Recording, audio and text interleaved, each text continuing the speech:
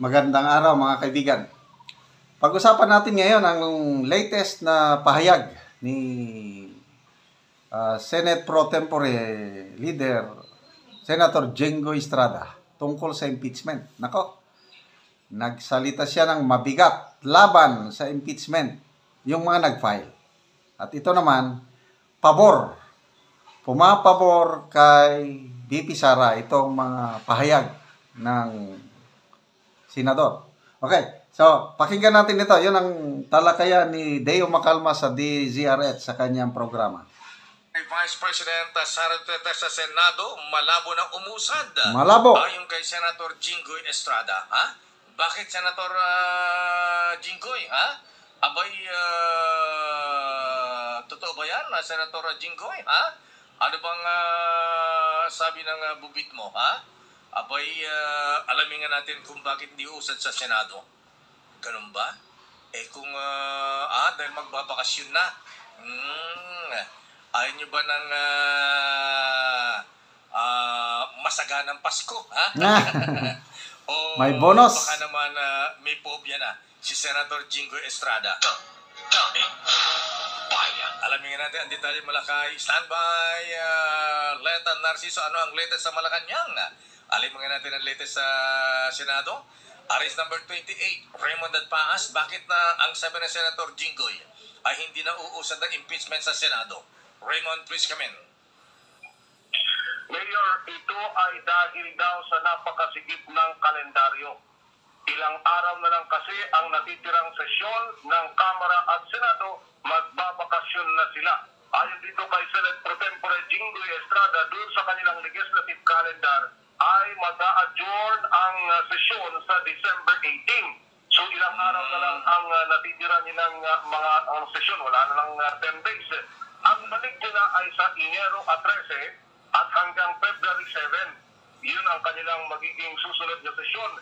At pagkatapos nito ay mahabang bakasyon na dahil February hanggang Mayo dahil doon sa May 2025 national at local election. Ang balik na nila ng sesyon ay June 2 hanggang 13. So halos ilang araw lang yun. Pakinggan natin si Senator Jinggoy Estrada. Hindi na. Bakit? We will adjourn on December 18. We will resume on January 13.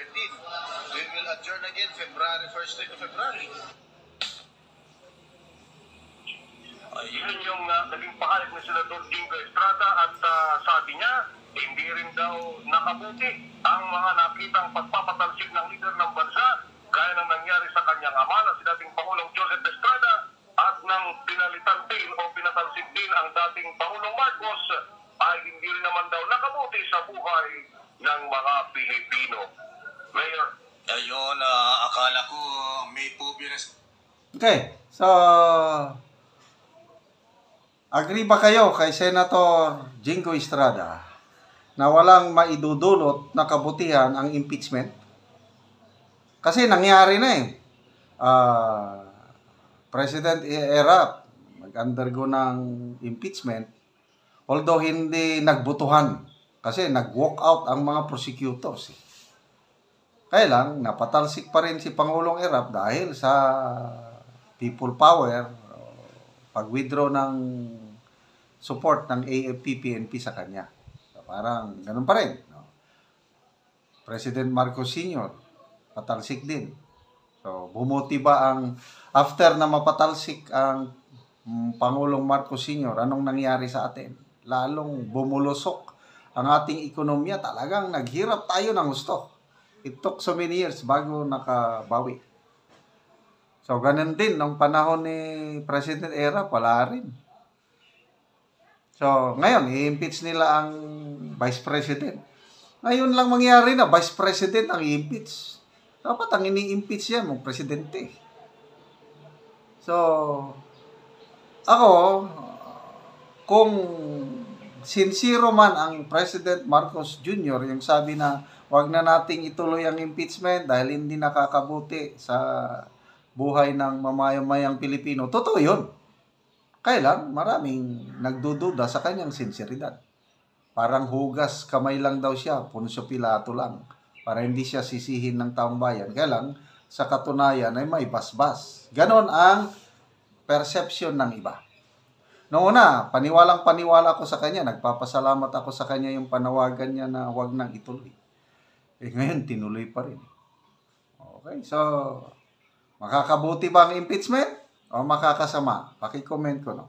Sa impeachment, of course, sa nangyari kay dating Pangulong Erap, at dahil dun sa nangyari sa kanila, dahil sa PIDA. Ilawin na rin po natin, hindi pork barrel ang disbursement acceleration program.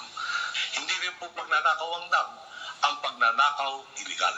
Ang paggastos gamit ang DAP, malinaw na nakasaad sa konstitusyon at sa iba pang mga batas.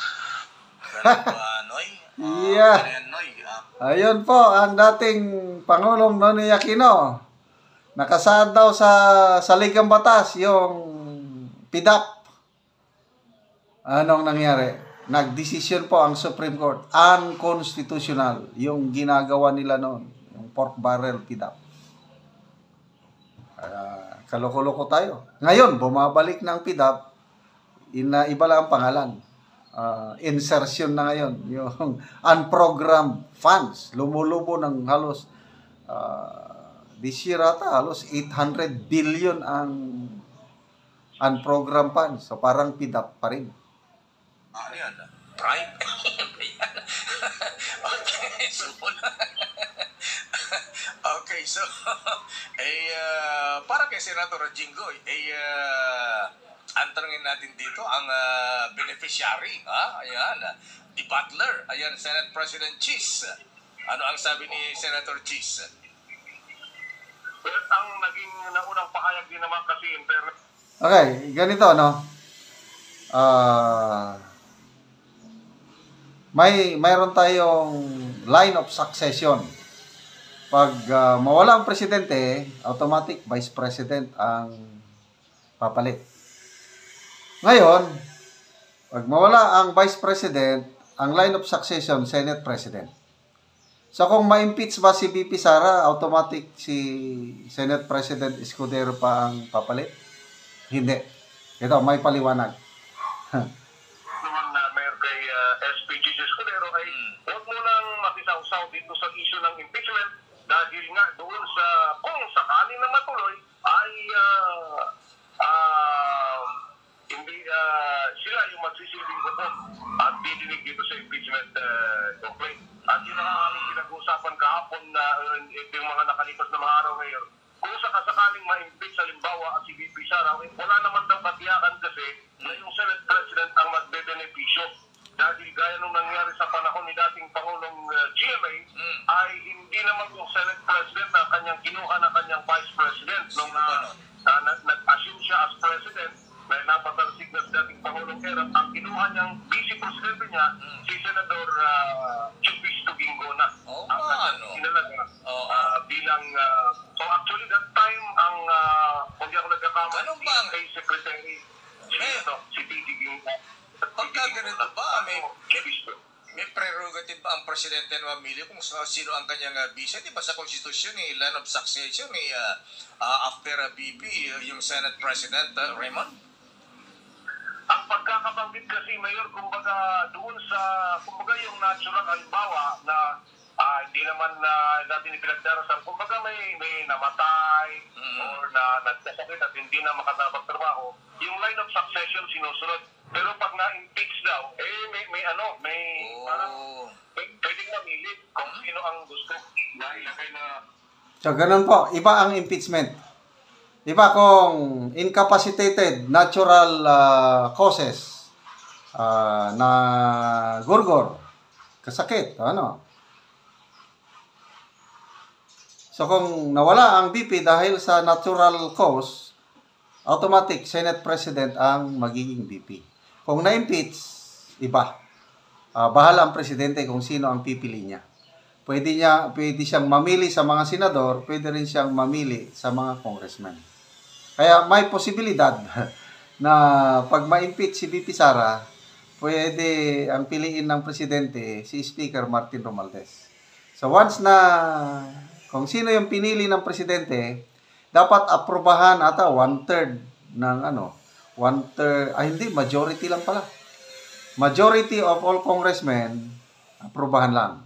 Sabihin, 300 plus na congressmen, 150 plus lang na congressmen, pag aprubahan nila yung pinili ng presidente, yun na yun.